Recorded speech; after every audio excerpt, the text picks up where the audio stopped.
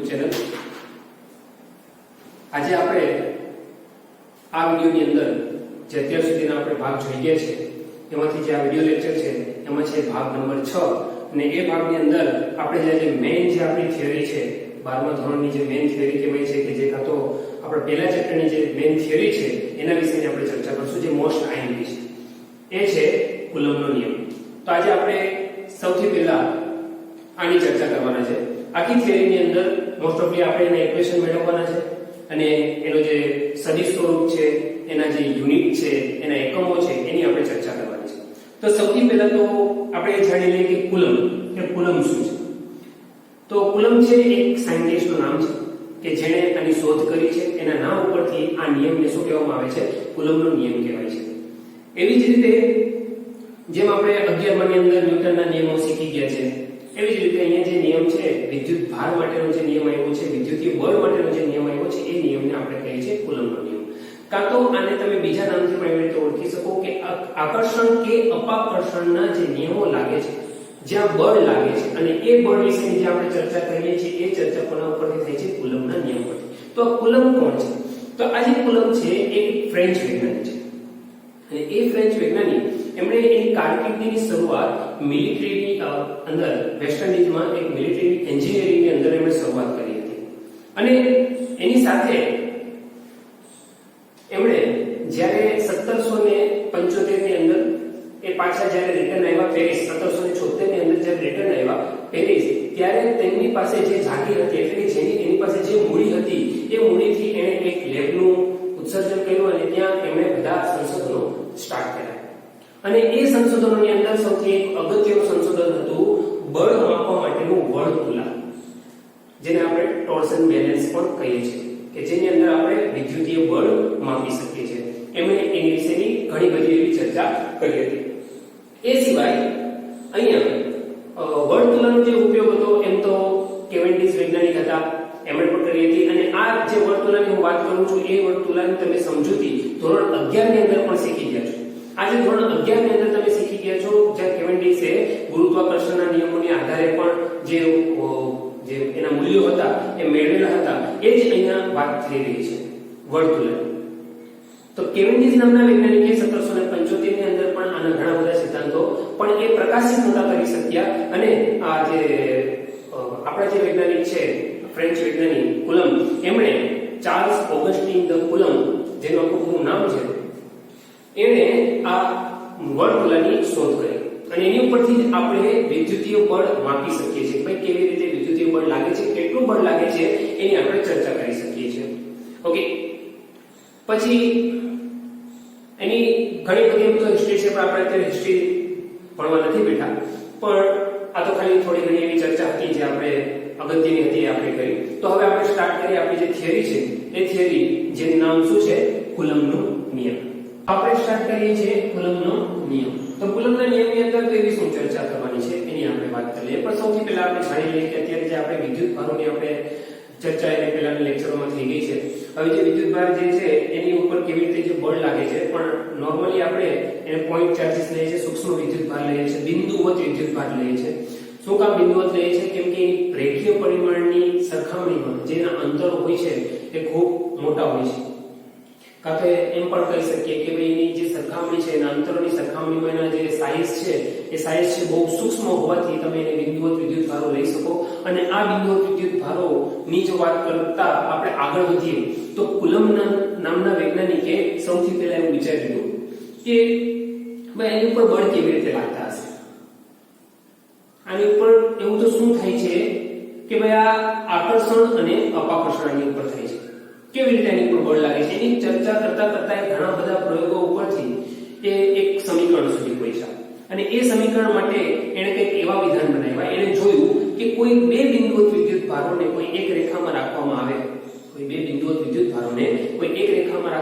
તો જે વિદ્યુત ભારો છે એના ગુણાકારના સમપ્રમાણમાં બળ લાગે છે।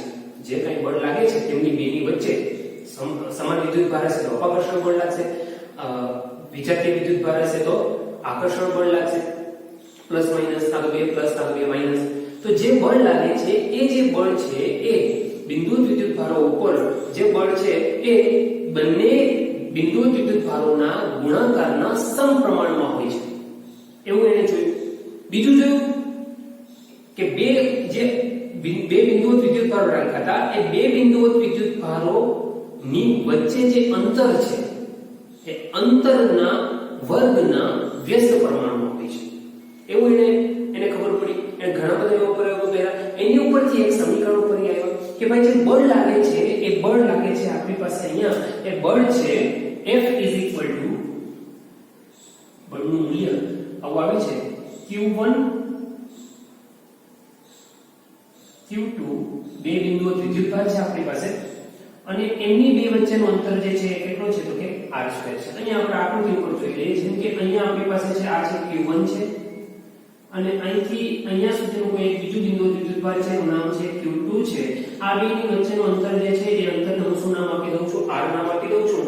તો આની અંદર આ બે બિંદુ આ જે બે બિંદુવત વિદ્યુત ભારો છે આ બે બિંદુવત વિદ્યુત ભારો વચ્ચે લાગતું બળ બંને વિદ્યુત ભારોના ગુણાકારના સમપ્રમાણમાં અને તેમની વચ્ચેના અંતરના વર્ગના વ્યસ્ત પ્રમાણમાં હોય છે. એટલે આ નિયમને આપણે વ્યસ્ત વર્ગનો નિયમ પણ કહીએ છીએ. આની સાથે સપ્રમાણતાની નિશાની છે એટલે સપ્રમાણતાની નિશાની દૂર કરતા અહીંયા એક અચળાંક મૂકવામાં આવે છે જેને આપણે સપ્રમાણતાનો અચળાંક કહીશું અત્યારે કે Q1 Q2 r2. આ સૂત્ર જે છે આપણી જે થિયરી છે એનું જે મેઇન સૂત્ર જે કહેવાય છે જે પાયો કહેવાય છે બળ માટે એ સૂત્ર છે F K Q1 Q2 r2. આવું સૂત્ર તમે ક્યાંક પહેલા પણ જોઈ ગયા હશો પણ વિદ્યુત ભાર ની આવ્યું ત્યાં આવ્યું હશે દળ. જેમ અત્યારે વિદ્યુતીય બળની હું વાત કરું છું એવી રીતે તમે ગુરુત્વાકર્ષણની વાત શીખી ગયા છો. એ ગુરુત્વાકર્ષણમાં જે બળ લાગે છે એ બળ હતું કંઈક આવું F capital G m1 m2 r2. તમે આ જે બે સૂત્રો જોશો તો તમને એક સમાનતા જોવા મળશે પણ સમાનતાની સાથે સાથે બે વસ્તુ અલગ પણ દેખાય છે કે જે ભાગ આ બળની અંદર આપણી પાસે જે ભાગ આ બળની અંદર કોણ ભજવે છે દળ ભજવે છે એટલે કે ગુરુત્વાકર્ષણની અંદર જે ભાગ દળ ભજવે છે એ ભાગ અહીંયા કુલમ્બિયન બળની અંદર કાં તો વિદ્યુતીય બળની અંદર કોણ ભજવે છે q ભજવે છે. જેવી રીતે અહીંયા g છે એ શું છે ગુરુત્વાકર્ષણનો સાર્વત્રિક અચળાંક એવી રીતે અહીંયા પણ આપણે વિદ્યુતીય બળનો અચળાંક પણ કહી શકીએ તો સપ્રમાણતાનો અચળાંક જે છે કુલમ્બનો નિયમ માટેનો એને આપણે શેના વડે દર્શાવીએ છીએ k વડે દર્શાવીએ છીએ.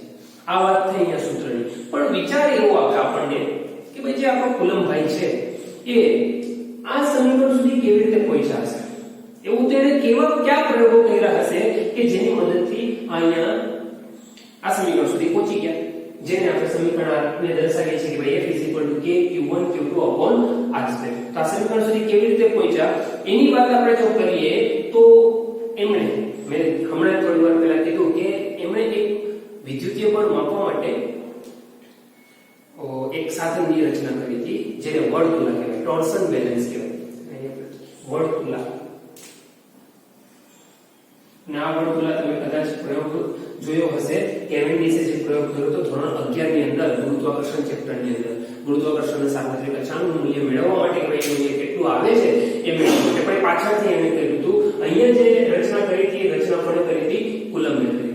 અને આ કુલમ્બ નામના વૈજ્ઞાનિકે આપણા કુલમભાઈએ આ જે વર્તુળાની રચના કરી એ વર્તુળાની અંદર કેવી રીતે રાખ્યું એ પણ આપણે સમજી લઈએ કે આ એક સળિયો છે અને આ સળિયાની ઉપર બે ગોળા છે.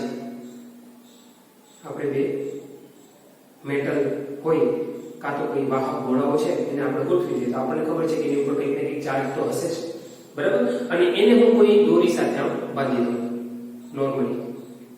હવે આ જે બે ગોળાઓ છે એ બે ગોળાઓની નજીક હું બીજા બે ગોળા નાના કે એનાથી મોટા ગમે તે તમે રાખી શકો એ બે ગોળાઓને આપણે નજીક રાખીએ તો એવું જોવા મળ્યું કે આને વર્તુલા શું કામ કહેવાય કે ભાઈ આ જે દોરી હતી એની અંદર આ આકર્ષણ કે અપાકર્ષણના લીધે આવી રીતે ફરે છે અને આ ફરવાને લીધે આમાં જે દોરીમાં જે છે એ શું ચડે છે બળ ચડે છે ખૂણો બદલાય છે એમ પણ કહી શકીએ આપણે બરાબર. તો એટલે એને વર્તુલા કહેવાય. આની ઉપરથી આમ બીજી પણ એક ચર્ચા કરી શકીએ કે ભાઈ આપણે જે અંતરો લઈએ છીએ જેમ કે આ અંતર છે મેં આ બે ગોળાઓ જે અહીંયા ગોઠવેલા હતા આ બે ગોળાઓની અંદર જે આ અંતર છે આ અંતર ગોળાઓની સરખામણીમાં મોટું જે ગોળાની ત્રિજ્યા છે એ ગોળાની ત્રિજ્યાની સરખામણીમાં જે આ બે અંતર તમે જે બે ગોળા ગોઠવેલા છે એ બે ગોળાની વચ્ચેનું જે અંતર છે થોડા મોટા રાખીએ આપણે તો તમે એની ઉપર જે ચાર્જ છે એ બિંદુવત ચાર્જ તમે ગણી શકો. કોને?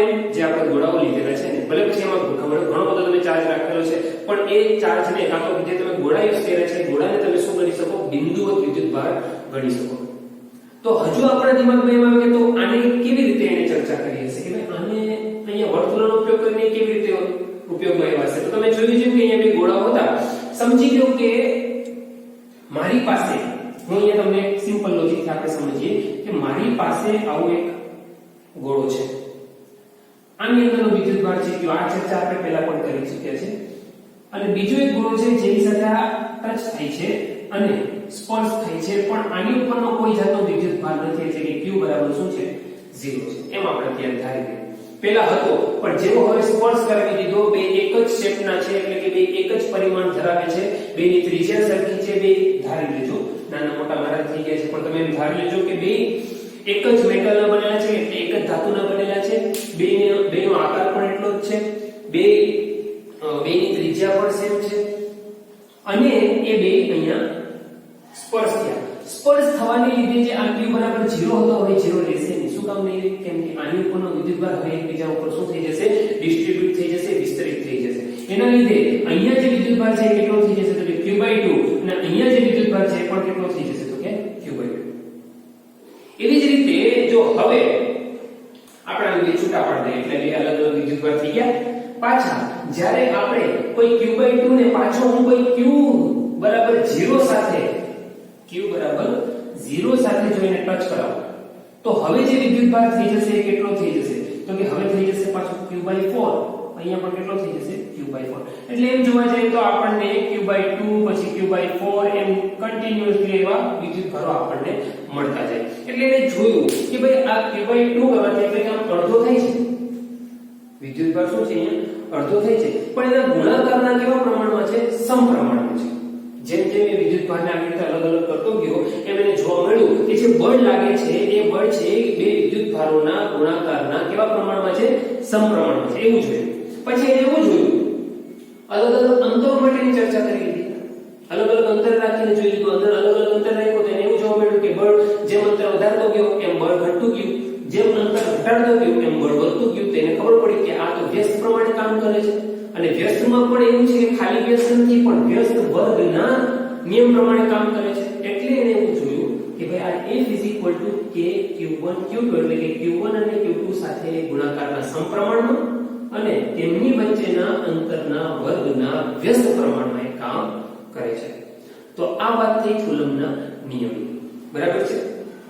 એ સિવાય આપણે જો ચર્ચા કરીએ આગળ જતા તો ભાઈ જે આ અચળાંક છે તો જેમ આપણે અહીંયા વાત કરી હતી ગુરુત્વાકર્ષણની તો g નો પણ એક અચળાંક હતો તમને યાદ હશે 11મા ધોરણની અંદર. બરાબર. તો અહીંયા k જે છે એનો પણ એક અચળાંકનું એક મૂલ્ય તો હશે ને. તો આ જે k લઈએ છીએ આપણે આ જે k છે એ કેટલો લે છે? તો કે ભાઈ 9 × 10⁹ એકમ શું લઈએ છે? તો કે ન્યૂટન મીટર સ્ક્વેર પર કુલમ્બ સ્ક્વેર. અને આપણે યુઝ કરીએ છીએ આવી રીતે k ની જગ્યાએ આપણે મૂલ્ય લઈએ છીએ કેટલું? 9 × 10⁹ ન્યૂટન મીટર સ્ક્વેર પર કુલમ્બ સ્ક્વેર. આટલું આપણે મૂલ્ય લઈએ છીએ k નું મૂલ્ય. આપણે ઘણા બધા પ્રયોગો ઉપરથી જાણવા મળ્યું છે કે કેવી રીતે જાણવા મળે એ પણ હજુ જાણવું હોય તો આપણે એને પણ જાણી લઈએ. પણ પહેલા આની સાથે હું એક ચર્ચા કરી લઉં કે આ એકમ કેવી રીતે આવે. એક તમને કદાચ ખબર પડી ગઈ હશે કે જ્યારે તમે k ને કરતા બનાવો તો અહીંયા આપણે સાઈડમાં થોડું આનું પણ ગણતરી કરી નાખીએ. જેમ કે એક સૂત્ર હતું F = k q1 q2/r². તો k ને કરતા બનાવો તો થઈ જાય fr²/q1 q2. તો k આનો એકમ શું થાય? f નો તો કે ન્યૂટન, r છે અંતર છે એટલે મીટર સ્ક્વેર, કુલમ્બ અહીંયા બે છે q1 ને q2 તો કુલમ્બ નો સ્ક્વેર. આ થઈ ગયો એનો એકમ. આની ઉપરથી તમે તમારો અહીંયા કુલમ્બના જે આ જે સાર્વત્રિક અચળાંક છે એનું તમે શું મેળવી શકો? એક પારિમાણિક સૂત્ર પણ તમે બનાવી શકો. તો આ તમારી ઉપર હું મૂકું છું તો એ વર્ગ તમારી ઉપર મૂકું છું. અચ્છા, એ સિવાય અહીંયા આપણે વાત કરીએ તો આ લોકોએ હજુ કેવી રીતે નક્કી કર્યું કે ભાઈ આનું મૂલ્ય આટલું હશે? તો એમણે એક કામ કર્યું. શું કામ કર્યું? કેટલું બળ લાગે છે તપાસ કરવા માટે આ મૂલ્યને એટલે આ મૂલ્યને પણ આપણે આની ઉપર બળ કેટલું લાગે છે એ તપાસ કરવા માટે એની આપણે ચર્ચા કરીએ તો Q1 અને Q2 નું જે મૂલ્ય હતું એને લીધું 1 કુલમ. એ ઉપર ગોળા ઉપર કેટલા કુલમ લીધા? 1 કુલમ જેટલા વિદ્યુતભાર લીધા અને તેમને r બરાબર 1 મીટર અંતરે ગોઠવી દીધા અને જોયું તો એ બળ જે હતું એ બળનું મૂલ્ય આપણને મળતું હતું. કેટલું મળતું હતું કે k નું મૂલ્ય કેટલું છે? તો ભાઈ 9 × 10⁹ ન્યૂટન. આટલું બળ આપણને મળતું હતું. એકની ઉપરથી આ જે અચળાંક મૂલ્ય આવે છે એની ઉપરથી આપણને ખબર પડી કે ભાઈ 1 કુલમ અને 1 કુલમ એટલે કે બે 1 કુલમ વાળા ગોળા એક જ શેપના એક જ સાઈઝના અને એ બે વચ્ચે 1 મીટરનું અંતર રાખતા આપણને આટલું બળ મળે છે. 9 × 10⁹ ન્યૂટન જેટલું આપણને બળ મળે છે. પછી થોડા ઘણા પ્રયત્નો થયા પછી આવા ઘણા બધા પ્રાયોગિક વર્ણન થઈ ગયા. એના પછી જે k છે k નું મૂલ્ય થોડું ચેન્જ કરવામાં આવ્યું. મૂલ્ય નહીં પણ એની જગ્યાએ આપણે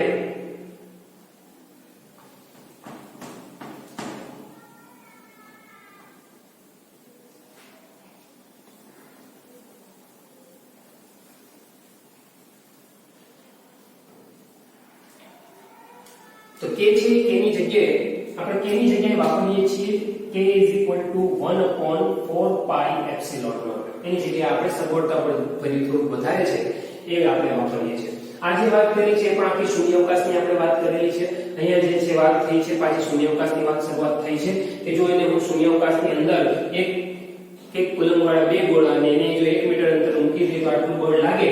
એવી જ રીતે અને k ની જગ્યાએ થોડું ચેન્જીસ કરીને અહીંયા કે કેટલું મૂલ્ય આવે છે k = 1/4 પાઈ એપ્સિલોન નોટ જેટલું. અને એની ઉપરથી પાછું આપણે જો ગણતરી કરીએ તો એપ્સિલોન નોટ આવું થઈ જાય 1/4 પાઈ k અને એપ્સિલોન નોટ = 1/4 ×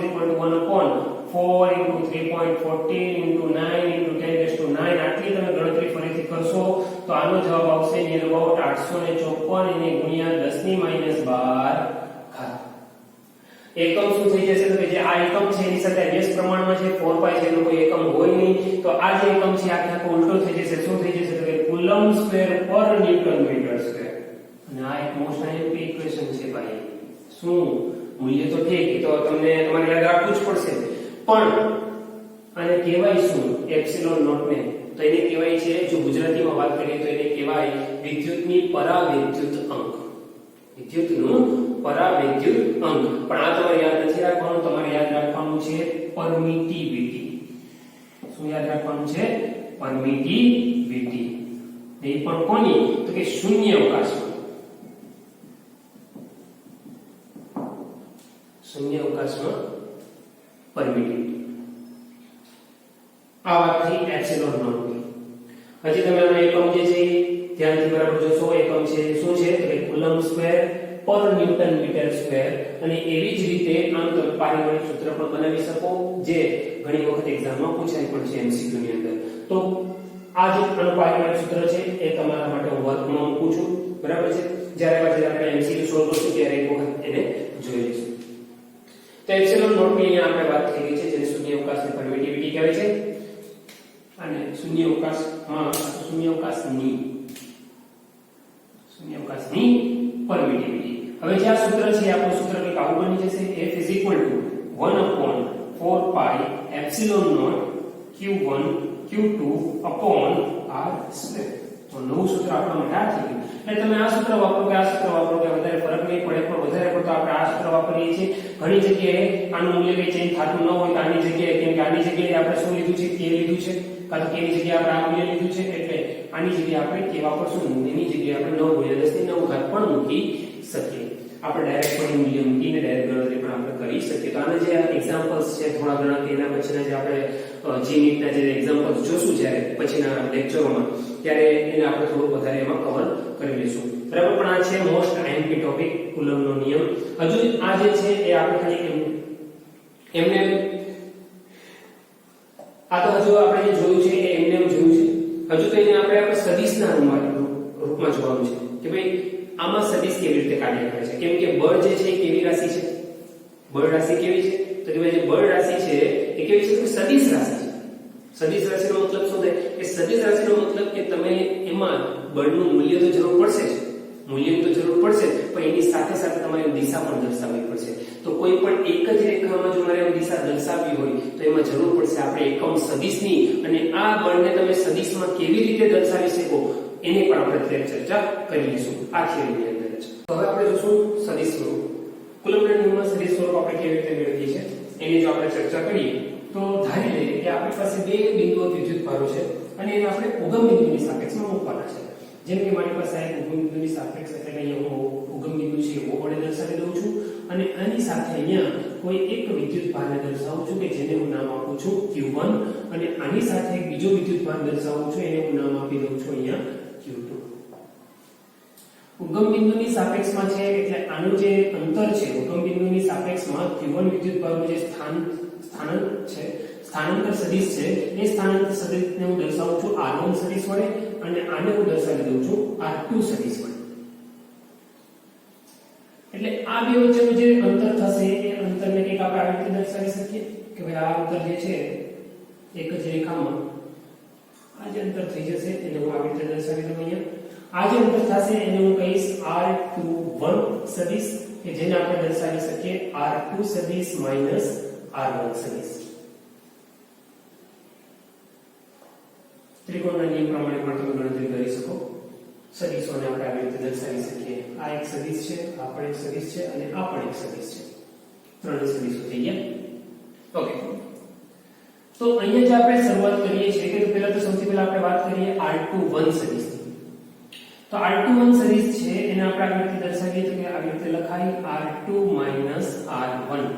એટલે કે હું કયા સ્થાનથી કયા સ્થાન તરફ જાઉં છું તો કે R1 સ્થાનથી હું જાઉં છું R2 સ્થાન તરફ, એક જ દિશામાં એક જ રેખા ઉપર. બરાબર, એકમ સદિશની પણ આપણે અત્યારે વાત કરી લઈશું. એની સાથે સાથે જો આને ઉલટું કરીએ તો આવું થઈ જશે R12. તો આને આપણે આવી રીતે લખી શકશું R1 R2. પણ જોવા જઈએ તો તમે આને જો કદાચ ચેન્જ કરો આવી રીતે ભાઈ R1 કા તો R2 લખીએ તો શું થઈ જશે R2 R1, પણ આગળ જે છે માઈનસ કોમન નીકળી જશે. આને સોલ્વ કરો તો પાછો આ જવાબ આવશે. હવે R2 R1 તો આ જ છે એટલે આ શું થઈ જશે -R12. એનો મતલબ શું થયો R21 અને R12 નું મૂલ્ય તો એક જ છે પણ દિશા શું થઈ જાય છે બદલાઈ જાય છે. કેવી રીતે તો કે 1 ઉપરથી 2 ઉપર બળ લાગે કાં તો 2 ઉપરથી 1 ઉપર બળ લાગે. કેમ કે આપણે બે વિદ્યુતભારોની વાત કરીએ તો હું કોઈ પણ એક વિદ્યુતભારની અત્યારે વાત કરું તો હું એમ કહી શકું કે Q2 થી Q1 ઉપર બળ લાગશે અને એ બળ એક જ દિશામાં એક જ રેખા ઉપર હશે એને આપણે એકમ સદિશ વડે દર્શાવીએ તો આને કંઈક આવી રીતે બળ લાગશે. આ બળ જે છે આ બાજુ લાગશે ને આ બળ જે છે આ બાજુ લાગશે. આની ઉપર બળ લાગે છે એટલે એને આપણે આમ દર્શાવીએ F12 સદિશ, ને આની ઉપર બળ લાગે છે એને હું દર્શાવી દઉં F21 સદિશ. આને બોલવું હોય તો કેવી રીતે બોલાશે 1 2 એટલે કે 2 વિદ્યુતભાર Q2 વિદ્યુતભારથી Q1 પર લાગતું બળ, અને અહીંયા બોલવું હોય તો શું બોલાય તો Q1 વિદ્યુતભારથી Q2 વિદ્યુતભાર પર લાગતું બળ.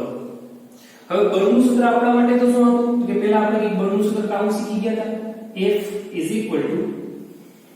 1/4 pi epsilon naught Q1 Q2 upon R².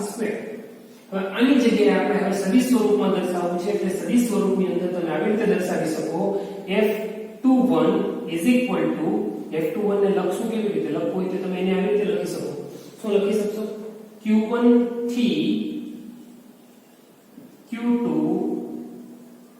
વિદ્યુતભાર પર લાગતું બળ F21 એટલે એને આપણે આવી રીતે દર્શાવીએ 1/4 pi epsilon naught Q1 Q2 upon R21 છે તો અહીંયા પર શું થઈ જશે 21 આવશે. સદિશ છે સ્ક્વેર છે એટલે અહીંયા સદિશની સાથે સ્ક્વેર. હજુ આપણે એકમ સદિશની જો વાત કરીએ તો એકમ સદિશમાં તમે આમ પણ દર્શાવી શકો ને કે આ જે બે વિદ્યુતભારો હતા સમજી લો કે આ Q1 છે ને આની સાથે હું અહીંયા જોડી દઉં છું આ છે Q2 છે તો આ બળ જે છે એને આવી રીતે લગાડશે, આ બળ અહીંયા લગાડશે. ક્યારે એવું પોસિબલ છે જ્યારે Q1 અને Q2 નો ગુણાકાર શું થઈ જાય >0. >0 નો મતલબ શું થાય કે એની અંદર જે બે વિદ્યુતભારો છે એ કેવા છે સમાન છે, સજાતીય વિદ્યુતભાર છે.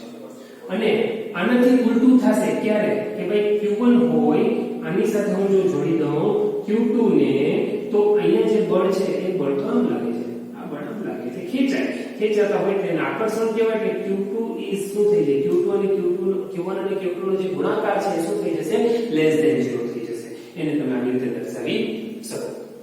ને આ એક જ રેખા ઉપર એટલે એકમ સદિશ કહેવાય. એકમ સદિશની વ્યાખ્યા તમે 11 માં શીખી ગયા હશો કે જે સદિશ છે એ સદિશના પોતાના મૂલ્ય વડે તમે જો એને ભાગો તો જે આપણને જે રાશિ મળે છે જે રાશિ છે તે હશે એકમ સદિશ હશે. એકમ સદિશને આપણે શું કામ જરૂર પડે કે ભાઈ આપણે એક જ રેખામાં એક જ દિશામાં ત્યારે બળ આપવાનું છે એટલી વાત છે. તો અહીંયા જો એ જ ફોર્મ્યુલાનો અહીંયા આપણે ઉપયોગ કરીએ તો આ જે આપણને બળ લાગશે આ મેં તમને સમજાવી દીધું છે કે અહીંયા બળ કેવી રીતે થયું F12 અહીંયા F21 તો અહીંયા જે બળ લાગશે એ શું થઈ જશે F21 1/4πε0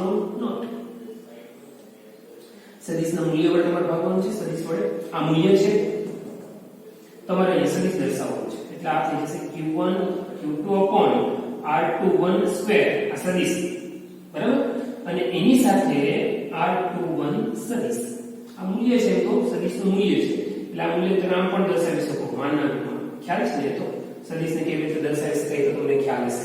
કોઈ પણ સદિશનું મૂલ્ય તમે દર્શાવો તો એને તમે માનાંકમાં દર્શાવી શકો અને જો સદિશમાં દર્શાવો તો ઉપર સદિશ રાશિ દર્શાવો કાં તો તમે બોલ્ડ જે કરીને દર્શાવી શકો. દરેક વખતે આપણે બોલ્ડ કરવું એના કરતા આપણે અત્યારે સદિશ વડે દર્શાવશું બરાબર.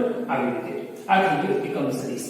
પણ એકમ સદિશને તમે બીજી રીતે દર્શાવી શકો છો શું ઉપર કેપ લખો છો યાદ રાખજો R21 કેપ કેરેટ કેપ જે તમે તો F21 થઈ જશે 1/4πε0 Q1 Q2/R21 અને એનું આ સ્ક્વેર છે મૂલ્યનો સ્ક્વેર છે R21 છે એને શું થઈ જાય કે R21 ને તમે સદિશ વડે દર્શાવો તો આ નીચે પણ સદિશનું મૂલ્ય એક આવે ને એટલે એ મૂલ્ય અહીંયા શું થઈ જશે ક્યુબ થઈ જશે. એટલે આપણી પાસે ટોટલ જો સૂત્ર કેટલા વધતા જાય છે. પહેલા એક નોર્મલ સૂત્ર હતું F આ હતું પછી એક સૂત્ર એવું આ બની ગયું છે. આના ઉપરથી આપણે જાય તો આગળ આ સૂત્ર છે. નોર્મલી આપણે બધાની અંદર સદિશોનો ઉપયોગ કરવાનો છે એટલે આપણે મોસ્ટ ઓફલી જેટલા પણ સદિશો આવશે બધા આ રીતે આપણે યુઝ કરવાના છે. વ્યસ્ત વર્ગનો નિયમ તો છે જ પણ જ્યારે એકમ સદિશની વાત આવે ત્યારે અહીંયા શું થઈ જશે ઘન થઈ જશે. એ ખાસ કરીને યાદ રાખજો. એ સિવાય હજી આપણે વાત કરી લઈએ જેમ Q1 થી Q2 વિદ્યુતભાર પર લાગતું બળ એવી જ રીતે Q2 થી Q1 વિદ્યુતભાર પર લાગતું બળ જો હું આના જેવું સમજાવું અહીંયા તો આ F21 ની જગ્યાએ શું થઈ જશે F12 શું થઈ જશે 1/4πε0 Q1 Q2 પણ નીચે જે R21 લખતા હતા એની જગ્યાએ હવે આપણે લખશું R12 સ્ક્વેર. અને જો આના પ્રમાણે આપણે દર્શાવીએ એકમ સદિશની સાથે તો થઈ જશે F12 1/4πε0 Q1 Q2/R12 ક્યુબ અને અહીંયા R12 સદિશ. હવે આ સૂત્રમાં અને આ સૂત્રમાં કેટલો ફરક છે એટલો જ ફરક છે. અહીંયા R21 આવે છે અહીંયા R12 આવે છે. મેં સમજાવ્યું તો હમણાં કે R21 અને R12 માં કેટલો ફરક છે કઈ વધારે તો ફરક છે જ નહીં ખાલી માઈનસ નો ફરક આવે છે ને એટલે કે દિશા બદલાઈ ગઈ છે. હું અહીંથી આમ જાઉં કે અહીંથી આમ આવું અંતર તો એટલું જ છે પણ દિશા મારી બદલાઈ જાય છે એટલે મૂલ્ય સરખા છે. એટલે તમે અહીંયા ન્યૂટનનો આપણો નિયમ પણ છે કે મૂલ્ય જે છે એ બે કેવા હોય બરાબર પણ ખાલી દિશા કેવી હોવી જોઈએ ઉલટાવી જોઈએ. તો ન્યૂટનનો ત્રીજો નિયમ છે આઘાત અને પ્રત્યાઘાત સમાન મૂલ્યના અને પરસ્પર વિરુદ્ધ દિશામાં હોય છે. એવી જ રીતે તમે અહીંયા પણ બનાવી શકો. શું બનાવી શકો તો કે જેમ F12 હતું કાં તો F21 હતું એ જ મૂલ્ય હતું F12. જો મારે માનકમાં દર્શાવવું હોય તો હું આવી રીતે દર્શાવું તો આનું માન થઈ ગયું. પણ જો મારે ખાલી આમ દર્શાવવું છે સદિશ સ્વરૂપે F21 તો મારે આગળ દર્શાવવું પડશે. શું દર્શાવવું પડશે માઈનસ F21 -F12. તો આ ચર્ચા થઈ સદિશ સ્વરૂપોની જે આપણે પહેલા શરૂઆતથી કરી હતી. કુલમ્બના નિયમનું સદિશ સ્વરૂપ જે છે આ બધું આખું જે સ્વરૂપ છે એ સદિશ સ્વરૂપ છે બરાબર. હજુ આમાં કઈ તમને ન સમજાતો હોય ડાઉટ લાગતો હોય તો મને કમેન્ટ કરજો બરાબર છે. જો આ વિડિયો તમને પસંદ આવ્યો હોય તો લાઈક કરો, તમારા ફ્રેન્ડ સાથે શેર કરો, સબસ્ક્રાઇબ કરો અને જો કોઈ કમેન્ટ હોય કોઈ સજેશન હોય તો કમેન્ટ બોક્સમાં જરૂર આપજો. Thank you.